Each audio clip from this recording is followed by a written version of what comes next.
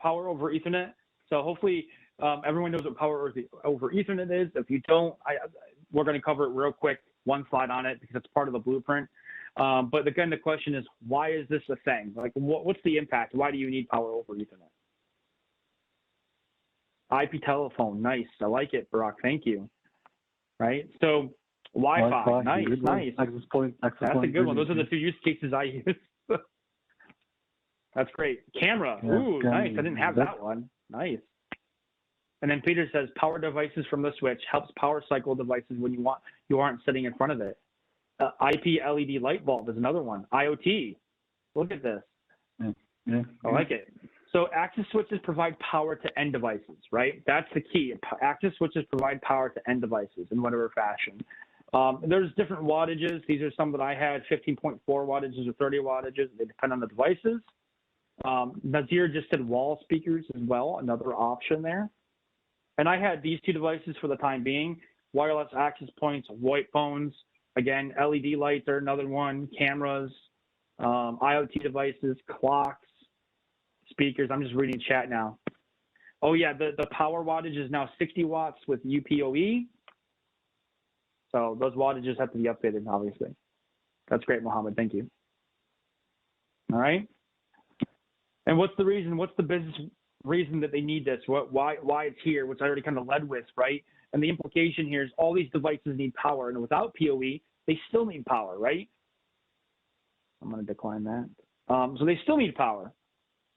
So you have 40 VoIP phones on a switch would require 40 more power outlets to the desktops, right, or to that location. Your desk sitting, your cubicles, your space where everyone's sitting would require 40 additional outlets, not specifically in one space, but at every desk would require one additional outlet, right, or more depending on how many devices were being PoE'd, supported by PoE.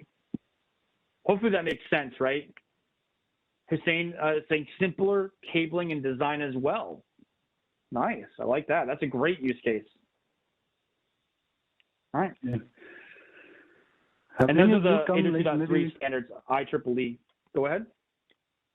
No, carry on, Zig, I'll comment. Okay.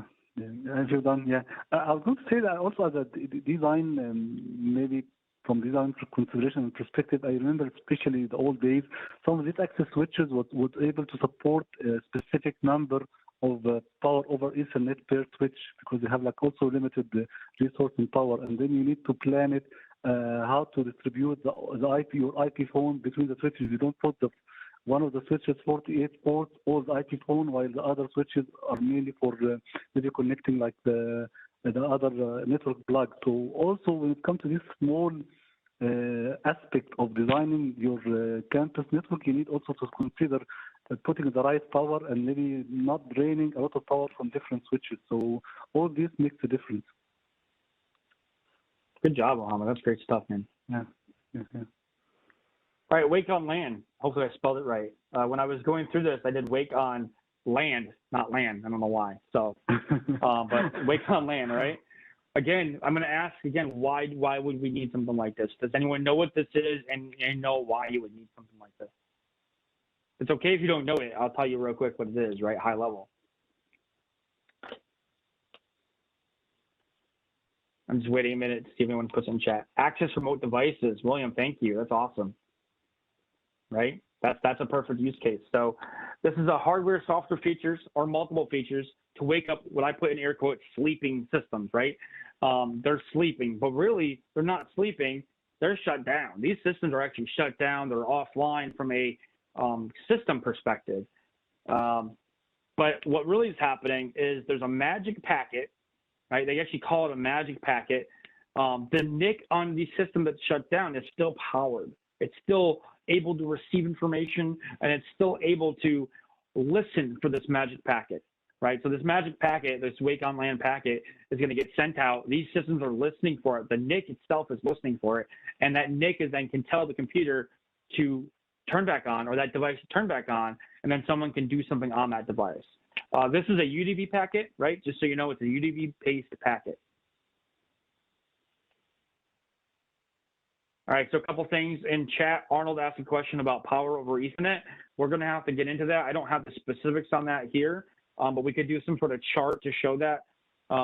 and Mohammed, that's a comparison of UPoE, UPoE, PoE, and UPoE plus, and a comparison of the capacity, power capacity, and consumption. Barak said UDP 9 generally. That's for this, for the magic packet for Wake on Land. Yeah. And a good use case, Suzanne, thank you. Save power costs for systems that are occasionally used.